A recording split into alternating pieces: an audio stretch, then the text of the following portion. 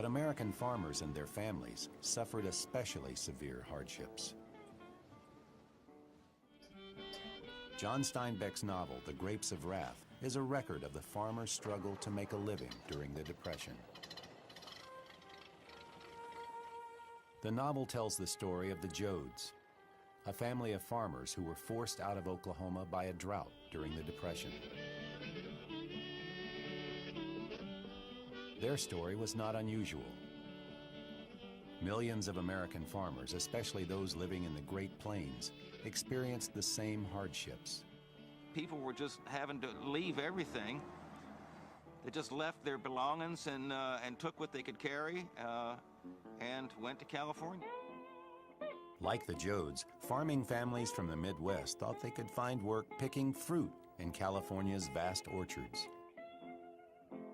But California was not everything they had hoped it would be. There were lots of people here who were looking for work. There were a lot of people who were living marginally. Huge corporate growers had taken over the farms. They held enormous power, and they had more workers than they could use. Jobs in the large farms were hard to find. Barbed wire fences were built to keep the migrants from going outside of special settlement areas and into the surrounding community. The great landowners feared that this new group of migrants coming to California were going to be more easily organized into a fighting force. They're white Americans. They're going to be demanding the so-called American standard of living in California. We're going to have trouble from them. The migrants were sick and starving.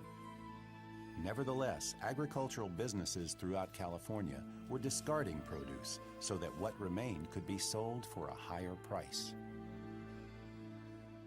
John Steinbeck's novel, The Grapes of Wrath, exposed the horrible living and working conditions forced on the migrant farmers.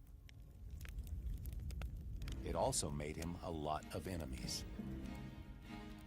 Wealthy farmers, politicians, and even FBI Director J. Edgar Hoover accused Steinbeck of lying, inciting people to riot, and of being a communist. But the author and his book got some powerful help from First Lady Eleanor Roosevelt.